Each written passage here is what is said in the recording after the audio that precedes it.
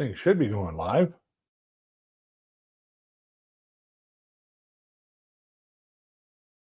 Hello. Oh, we do have sound.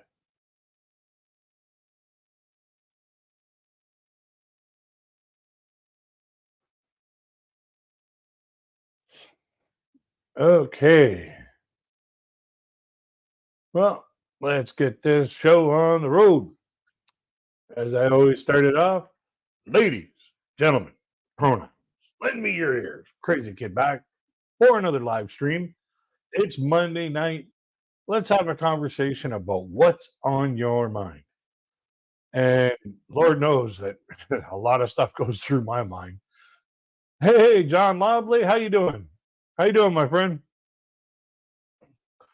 Like there's a lot of things going through people's minds now, like kids going back to school.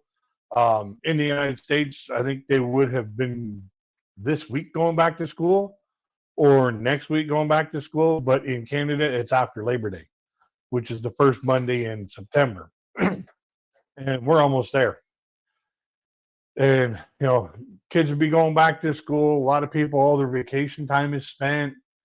Um, I know some people that they love Christmas so much that they know exactly every day how many days there are left till Christmas. You could ask them on any given day, and they will give you number one right answer.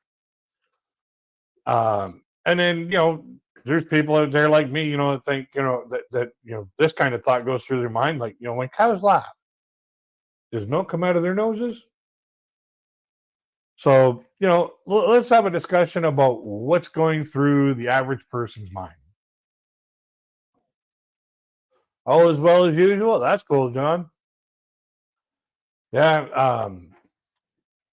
Not a lot's been going on lately. A big shout out to Tyler Reddick, who won the race today. It was carried over from yesterday because of rain and time constraints. So NASCAR decided to push it to today, and what a show it was. Oh, man, it was something. Tyler Reddick had the car to beat in the conditions that were available, and the track was slick. Oh boy, was it ever slick. It had a lot of grip, but at the same time, you could lose that grip like that. So it was a good race. Congratulations, Tyler Reddick, for his victory today. It was a good, clean effort.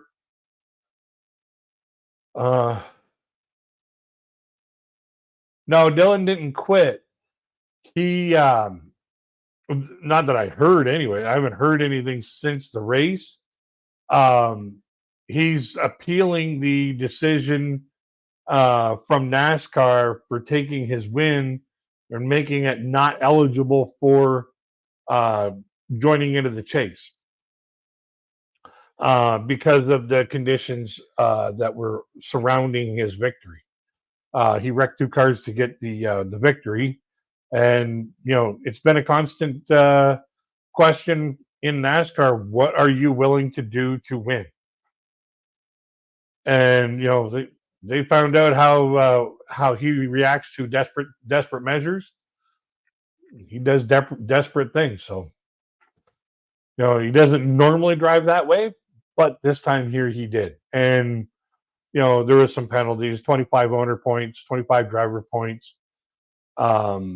His win doesn't count as a ticket into the playoffs for the championship. And there was something else. And then Joey Logano got fined $50,000 for burning it down in the pits. So he was like, "Oh, that was the most expensive pit road entry I ever had." Yeah, it costs you $50,000 to drive down pit road. How many times are you going to drive down it? So, but yeah, congratulations, Tyler Reddick. That's his second win this season. So good for him. But aside from that, there's not a heck of a lot going on. I got a message from vidIQ saying that the channel has reached 95,000 views. So congratulations, everyone. Thank you very much for your patronage and, for watching my videos and viewing them and having, having a good time watching them and stuff.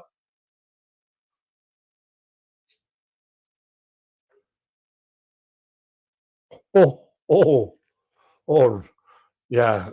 Red Bull gives you wings, and apparently those wings don't race very well. But it's just like in any form of sport, you can throw a bunch of money at it and it goes away.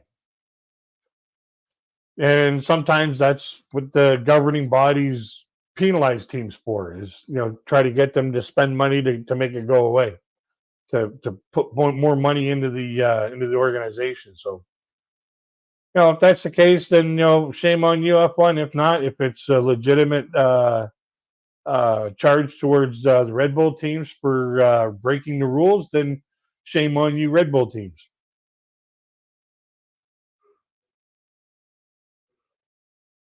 Illegal brake device. Oh. Yeah, Joe Gibbs Racing was caught in NASCAR a few years ago. They put a magnet underneath the gas pedal to limit the horsepower, and then during the race they would kick the magnet over. So this way, here the pedal would go down a little further and give them extra horsepower or give them extra speed. And when they found out about it, oh man, Joe Gibbs Racing got big time fined. So, like I can understand, trying to push the bounds, but do it in a respectful way. Like, do it in a way that still stays within the limits of the rules, but do it so that, anybody can do it. Like, knowing that your car has, or knowing that if you add travel to your gas pedal, you're going to get more. Yeah, Smokey Yunick, he was the biggest cheater in NASCAR. If you give your gas pedal more travel, then you're going to get more fuel going to the engine and more air going to the engine, and it's gonna rev a lot higher. That's dangerous on one aspect. On the other aspect, it creates more horsepower and torque to go forward. So, you know, if you dig out the pan, the floor pan to allow more travel, then they had to put something in behind it to hit that rev limiter or that horsepower limiter and say, okay, we got the same amount of horsepower with everybody else. And then they kick this magnet over, and then they got 30 more horsepower. That's how they got busted, and that's what they got busted for. Yeah, Smokey Yunick, he had a lot of tech into his cars. He did some innovative stuff to create horsepower, downforce, and handling to make the car do what he wanted it to do. Like there was one race where they say he had gas lines running all through the through the roll cage. So this way, here he had an extra 5 gallons of gas when everybody else was when everybody else was out of fuel. He had to go an extra few laps. Like his gas tank lasted a lot longer than everybody else's, and they were like, "Wow, what?" And he drove the car home. He got in the car, drove through the tunnel, out the door, and he went home.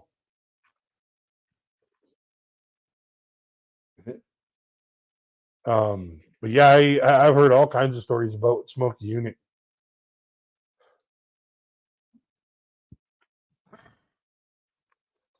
He pushed the bounds.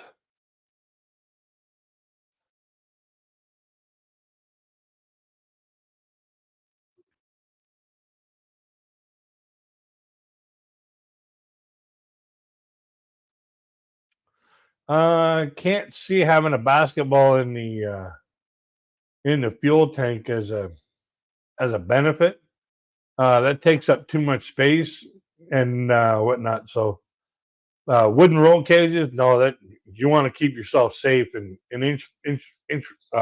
fuel lines. That's a whole lot of fuel. Hello, Nicole. How are you doing? Yeah, there's a lot of things that people have done over the years to try and gain that extra advantage, and some of it knowing full well that it was breaking the rules. For a while, there was teams that would come in, change the tires, and the rear tire changer would reach over and pull on the fender flare to deflect the air away from the tire. So this way here, it would make the car go faster. So because it didn't have that extra drag, and that made the car go like 2 or 3 miles an hour faster. But after a while, NASCAR decided, no, no, you can't do that anymore. And then a bunch of people got caught doing it again. They got falling big time.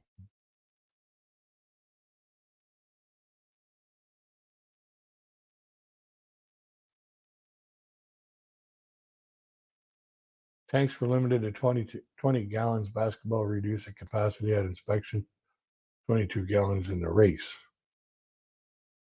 I still don't see how a basketball would make a difference. I could see having a basketball somewhere in around the fuel area for an added fuel source.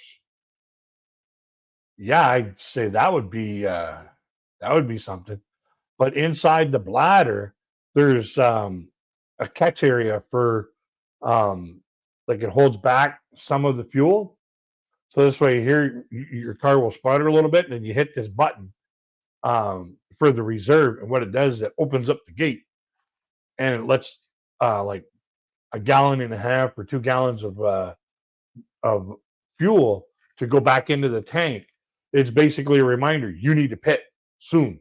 It's not an instant, oh no, I'm like completely out of fuel. It gives you that, and you hit it, and you go.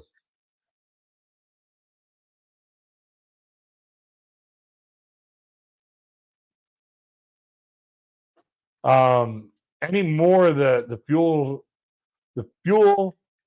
um, system, it's governed by its actual size, its outer dimensions. You cannot have any bigger than this. And doing something on the inside, it's really not going to make that big of a difference. Like it's a registered fuel system that they have to put in the car. They don't get to manufacture that stuff themselves anymore. Um, it's a specialized piece of equipment. Um, but yeah, I sent out a message to or an email to RJ to see if he wanted to come on,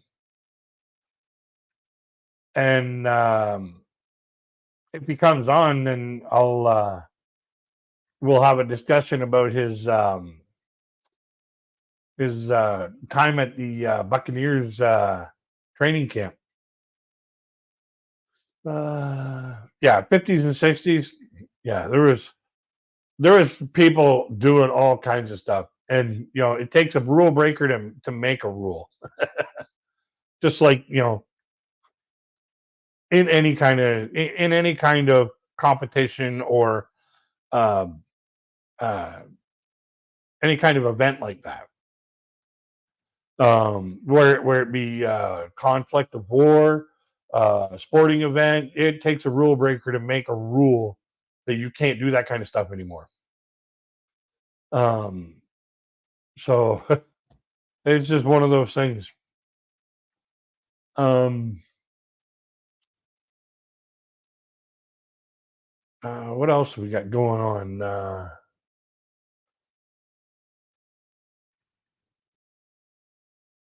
I don't really know of too much else that's going on in the world of me right now, other than it was cool. Like it was like really cool today. Like it was like 70s, 60s, 70s today, all day long. You had a wind blowing, and oh, my pepper plant outside's got 5 buds on it, five peppers on it. So I'm gonna be having some peppers there in the fall. So if you see me doing it, you'll know why. So if you have any recipes for peppers, put them in the comment section below on the replay of this video, and I'll check them out. So, if I end up getting a bunch of peppers, I'm probably going to need a couple of recipes for them. So, stick them down in the comment section below. Hey, Caboose, how you doing? Thank you again for promoting the live stream tonight, there, my friend. I really appreciate that.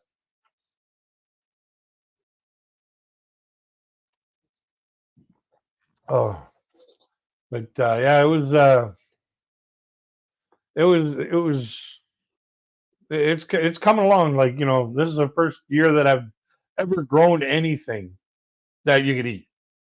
Like we had a pepper earlier on, and I was like, it was just a little one, just about that big, and not even the size of it was about the size of a hardball, like a baseball.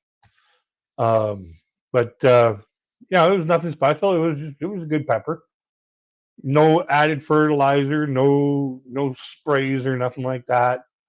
Au naturel, come right off the vine. Took it right over to Mom's place. We had it in a salad. And tasted good. So how many people have seen the new Deadpool Wolverine movie? I saw it twice already. I thought it was hilarious. Yeah, I thought it was really good.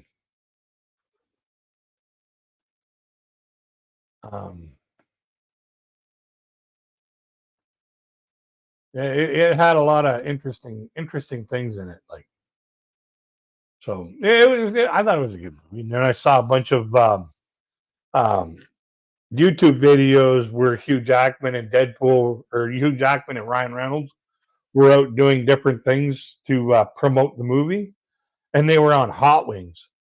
They're hot ones, eating hot wings. Oh man, they were. They didn't do so good on that show. Um, yeah, they were both in tears by about the third wing. It was a tough day for the both of them.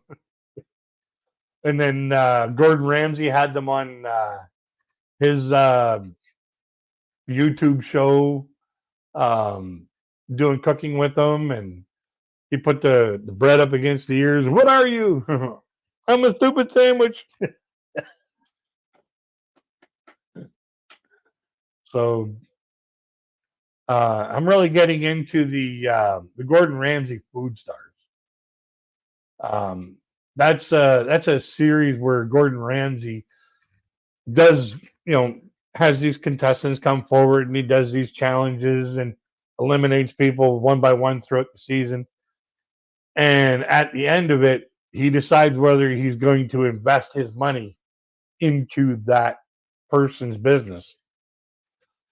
And that I say good for him.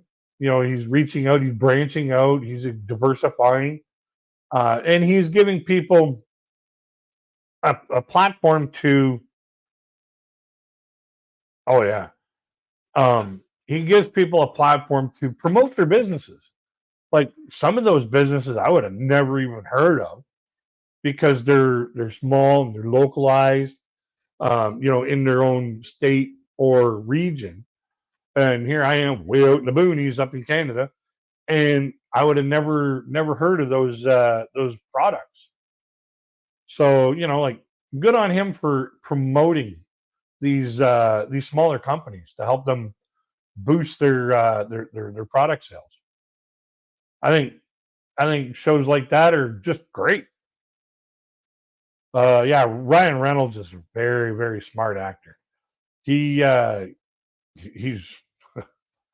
he wanted, as soon as he got to do the Deadpool, um, the Deadpool movie, the first one, he wanted to do a team up Deadpool and Wolverine 20 years ago. It took 20 years for them to get it together.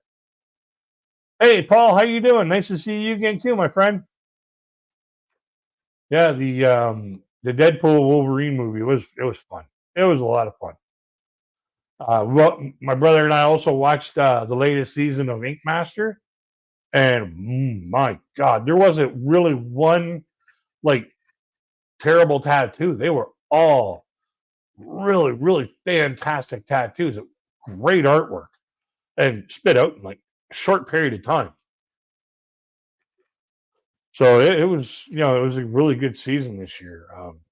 And the winner was the winner because he basically drew the best and applied the best tattoo at the end. It was just incredible.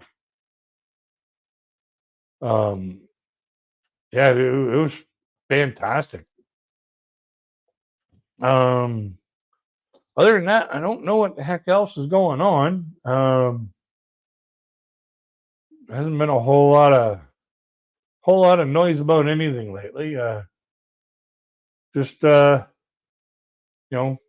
to mellow out and do the right things, and you know, have fun. Um, um, I get the notifications on my email. And when I get notification, I go over and watch the video. I haven't seen the latest one. It was about transactional relationships, which it's kind of understandable that most relationships, whether it be friendships, husband wife or partner relationships, or business relationships, they're transactional. Each party has to be getting something in for themselves in order to stay with that relationship. So it's just like an understanding that I'm not saying that um you know the transaction revolves around money, just that like some people, they're when it comes to friendships, companionship, and a good person to talk to, sometimes that's the transaction. You be a good person to your friend be's a good person to you. There's the transaction. You're both getting something that you need. A good person to talk to, a good person to bare your soul to, or to talk to you about your troubles. And sometimes that's all you need. Other people, like, you get safety, security, and like the safety of from attackers, and security of financial future, and you know uh providing of a home. That's one person's way of getting their what they need out of a relationship. The other person gets companionship, and other things out of the relationship. It's the key. Yeah, the key is value for what you need, and it doesn't have to be money. Like, if your relationship is to go work for somebody, they get your work, and what your work um, produces for the company, and you get a money compensation. That's something totally different than a non-monetary value going both ways. Like I talked to my neighbor on Sunday, and we just sat there and started laughing with each other. We were just talking about whatever, and we were just having a good time laughing with each other. You know, that kind of a neighborly relationship is all about, happiness. We both got, good conversation, friendly conversation, fun conversation. We both got what we needed. We both got what we wanted. So, when it comes down to it, yeah, all relationships are transactional, but too many people think that transaction means money. Yeah, the key is value, not money.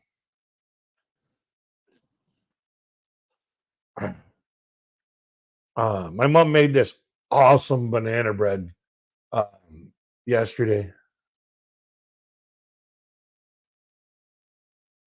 Man, it was tasty. I had a bit of it for breakfast today. Oh, my tummy and my taste buds were thanking me for that. I don't have RJ's number. All I can do is just email him, and yeah, I keep telling him that the people on my end they want to hear from you, and I've been telling them, like, hey, I want to do a stream with you, and we'll discuss the Buccaneers anthem that he did, because he did a wonderful job. I think he did a wonderful job. My way of having a long relationship, been married 36 years, is the fact my wife tells me where to go so nicely. I look forward to the trip. And you know what? That's good on you there, Paul. That's the way a relationship is supposed to run. And I heard a joke about relationships. Um, there was this couple. They were celebrating their 60th wedding anniversary, and they were known around their town for having such a long and loving relationship. They never fought. They never argued, ever. And the newspaper was doing an article on them, and they said, what is your secret to success of having such a happy and um, drama-free relationship? And the husband spoke up. He says, when we first got married, we were on our honeymoon and we were horseback riding. And the horse I was on was all cool, calm, and collected, but the horse my wife was on bucked her off. And she got up, she went up to the horse and says, that's one. You only get three. So she got up on the horse again. About 20 minutes later, the horse bucked her off again. She goes, that's two. Got back up on the horse, riding along down the trail again. About 20 minutes later, the horse bucks her off again. She pulled in her purse, pulled out her pistol, and shot the horse dead. I just looked at her and said, are you freaking crazy? And she goes, that's one.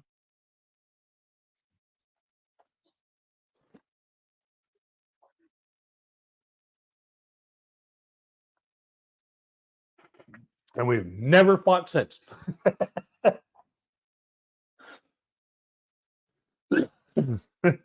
So if you end up with a great woman that starts out that way, you're going to end up like, yes, ma'am.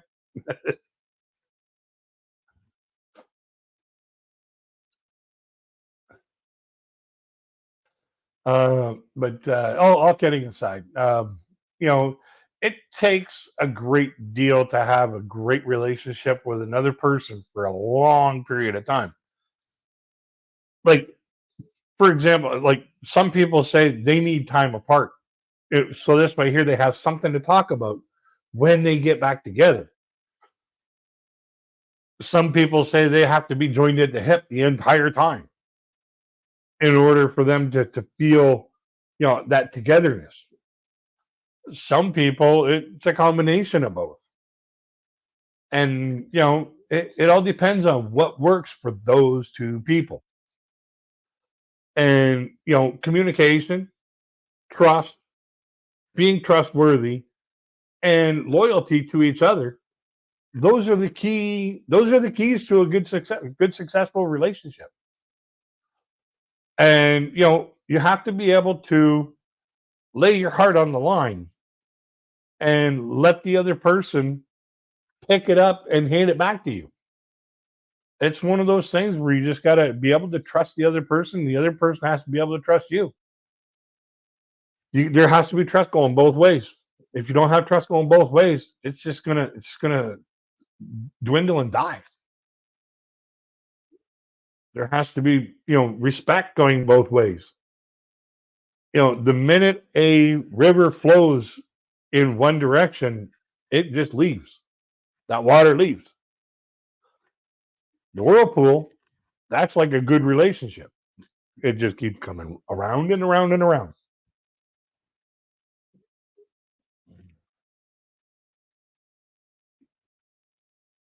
But you don't want the whirlpool going this way.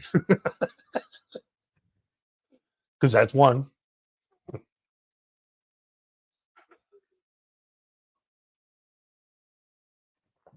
I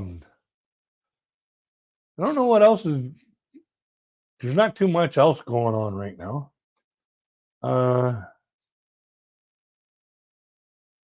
Got some videos that came back with the copyright issues all cleared off them. Some I'm still waiting on. But other than that, everything's hunky dory in Crazy Kid Town. So I think with that, I'm going to wish you all a fond farewell, and I wish you all peace, love, and happiness. And until we get to the next one, don't forget to like, share, and subscribe.